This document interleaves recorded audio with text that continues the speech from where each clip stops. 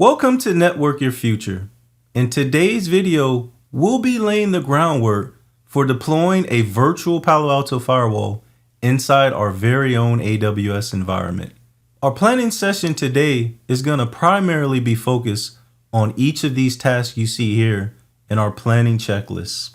First up, we're going to be taking a look at Palo Alto's documentation. We're going to be looking at some of their deployment models. Again, taking in mind that for this proof of concept, we just need to deploy a single firewall. We don't need to provide high availability across two different availability zones, so definitely keep that in mind. Next up, we're going to really be looking at a spreadsheet that I went ahead and created for you. Got the hard work out of the way. But this again includes most of those networking parameters that we're going to need, and of course we're going to get inside of the console and actually configure them, so that when it's time to deploy the firewall, most of the hard work has already been taken care of. So starting off with Palo Alto's documentation, as you can see here, I'm going to provide the link down in the description below, but we see that we have version 11.0. Palo Alto's documentation has different versions that they currently support, and the instructions can be a little bit different depending on the software version that you have, but 11.0, that train is their most current release that they support, so we're going to actually stay here.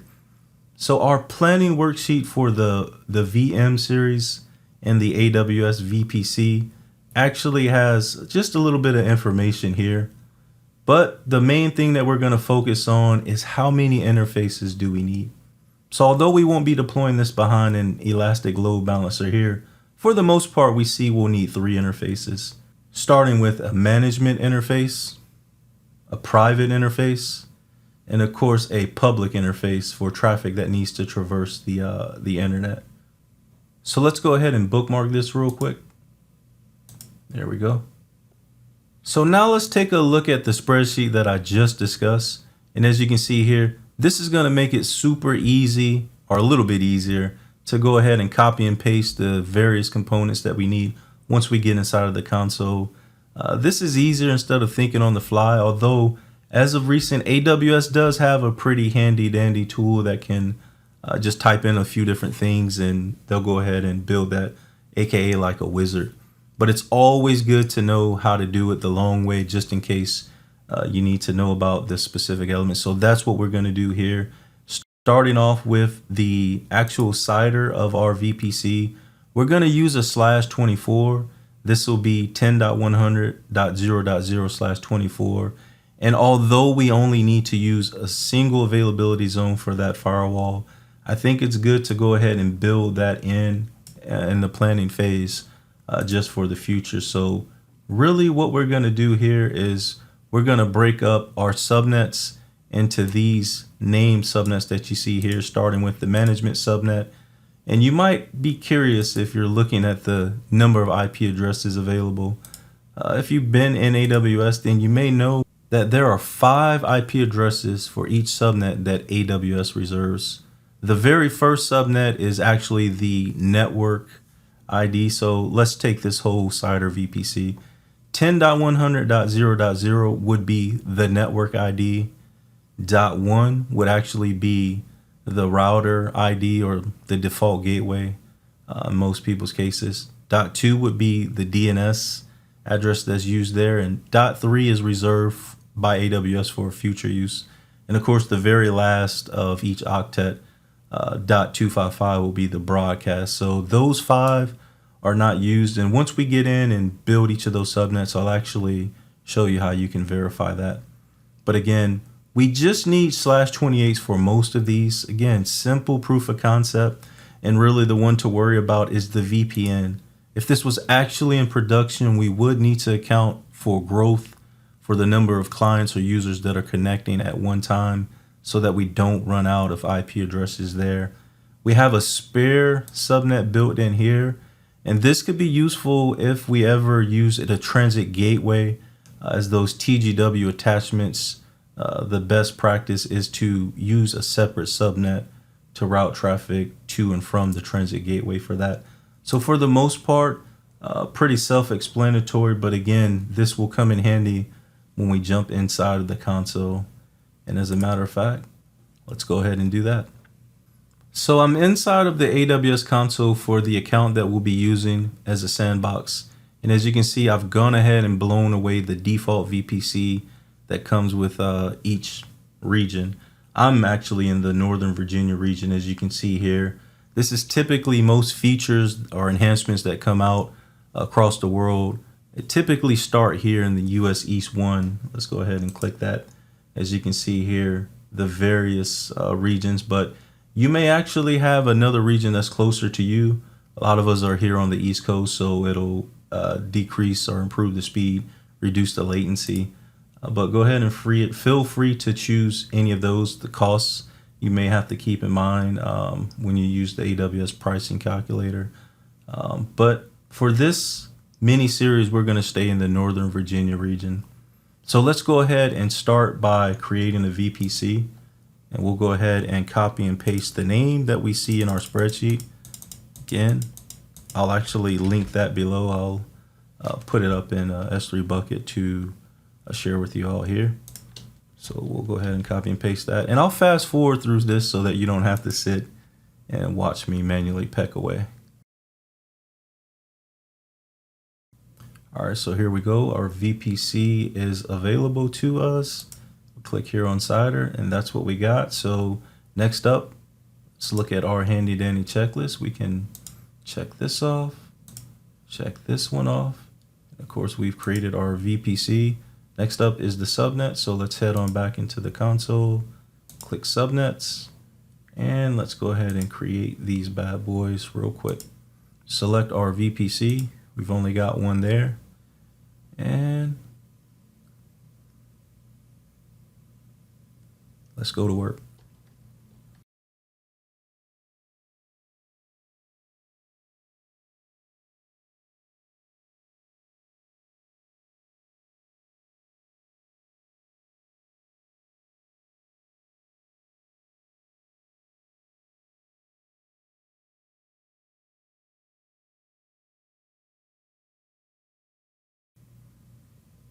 All right, so these subnets are getting created.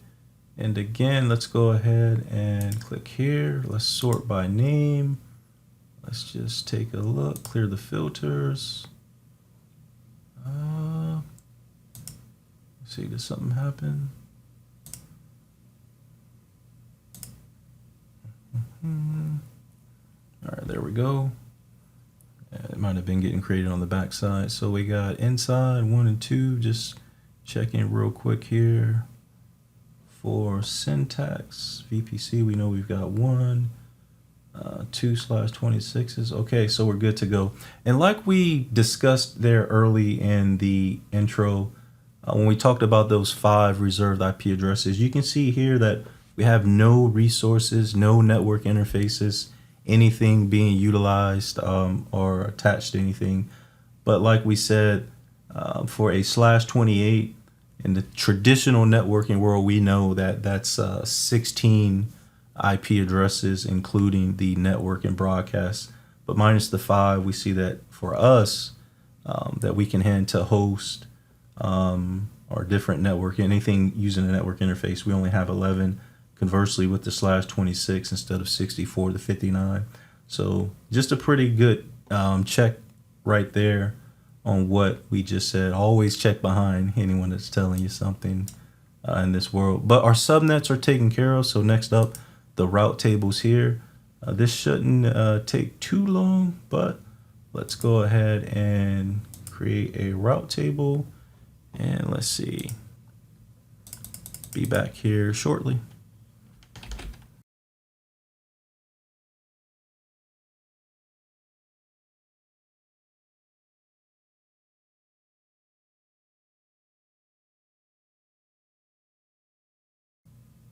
So you may have noticed that unlike the subnets where we could click add new, and we really created all 10 subnets within that one window, for the route tables, at least in the console, you're going to have to hop back out and create them one at a time. So it took a little bit more time there to create those. But before we associate our subnets to the proper route table, let's go ahead and get rid of this unnamed or the default route table that's built when we created the VPC. If you take a look here in this column, you see the main, that this actually is the main. And if we try to delete this route table, we're going to get this message here that the main route table cannot be deleted. So really what we need to do is select one of our other route tables that we just created as the new main route table. And for that, we don't want something to be on the outside and have access to the internet right away. So let's just pick management as our main, our new, and in just a second, main route table for this VPC. And we'll set this as the main route table and just simply need to type set, click OK. And as we can see here shortly, it's now become our main route table here. And down here, you can see that as well.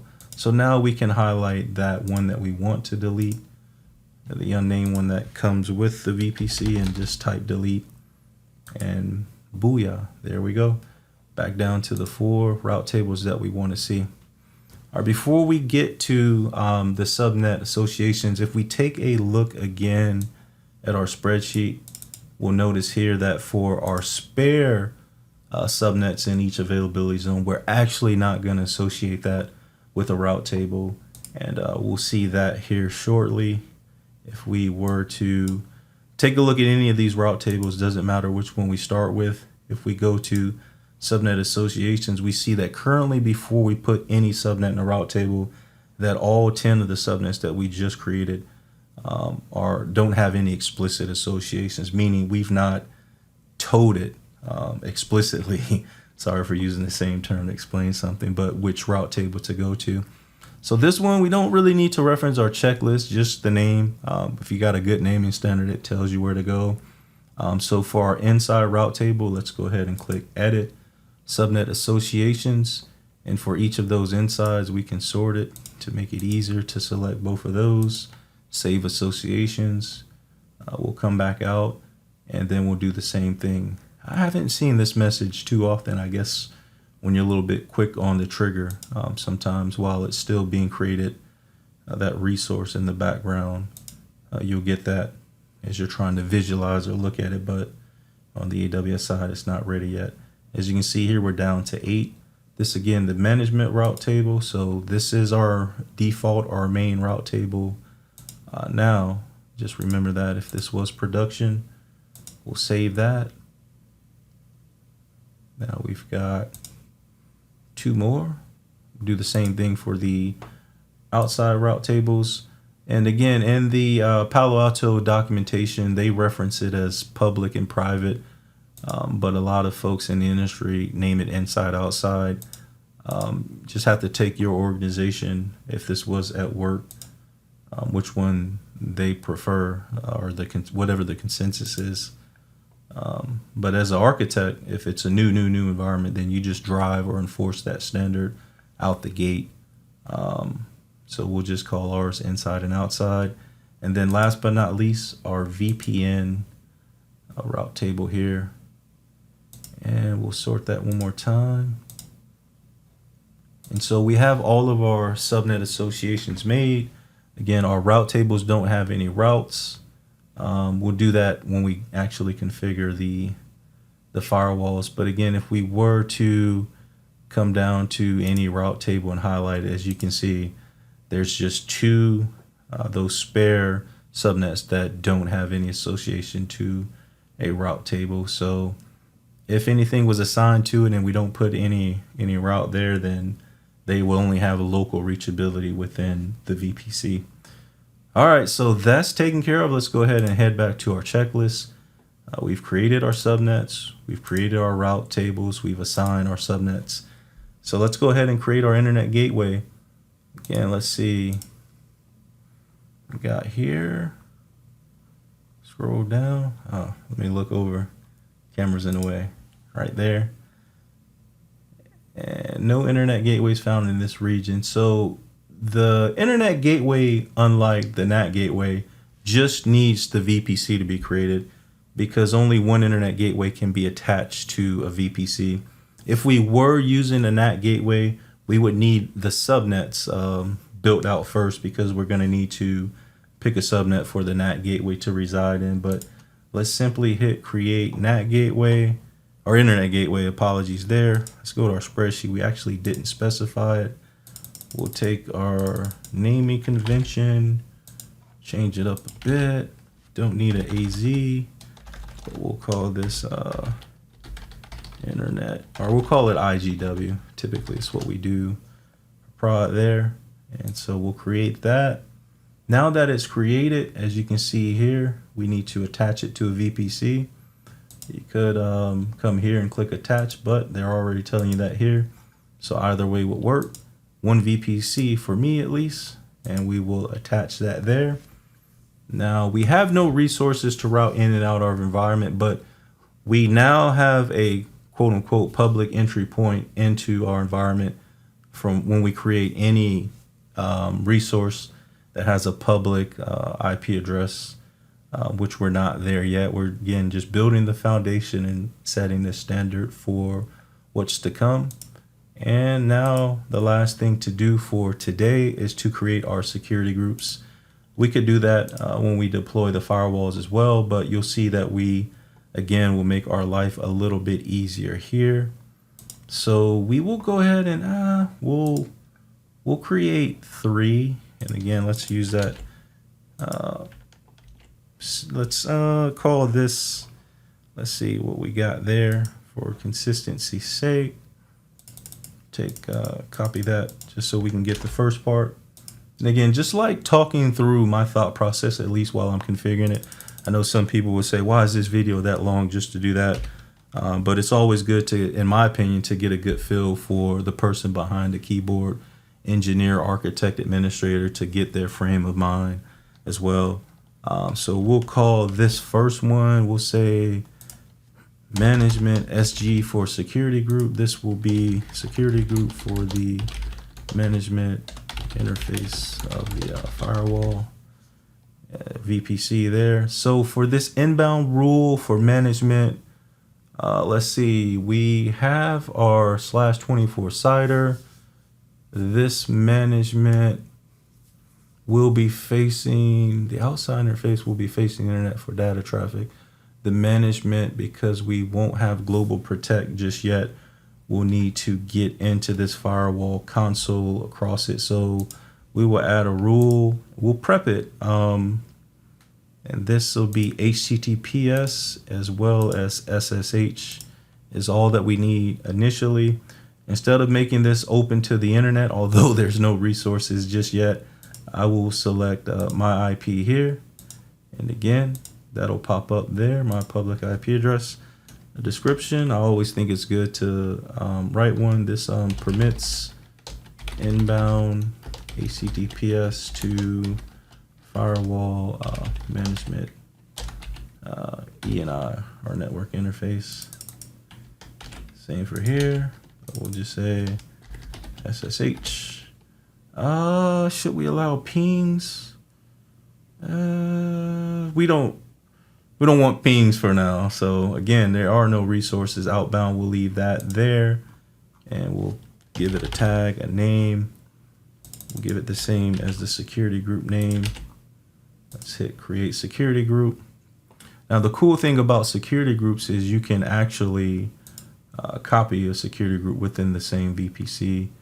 So we'll come here, we'll highlight this, actions, and copy to a new security group. We'll just rename it and use the proper permission. Now it's not good to, especially for a firewall, to open all protocols, but for the inside interface, at least for now, until we lock down the firewall a little bit more, once we apply this security group, we will just let this one be all. There will not be, of course, a public ENI or EIP, elastic IP address attached to this, so it's not public facing. This will be inside security group. This is, ooh, forgot what I put for the description. This is permits all traffic for internal hosts across the firewall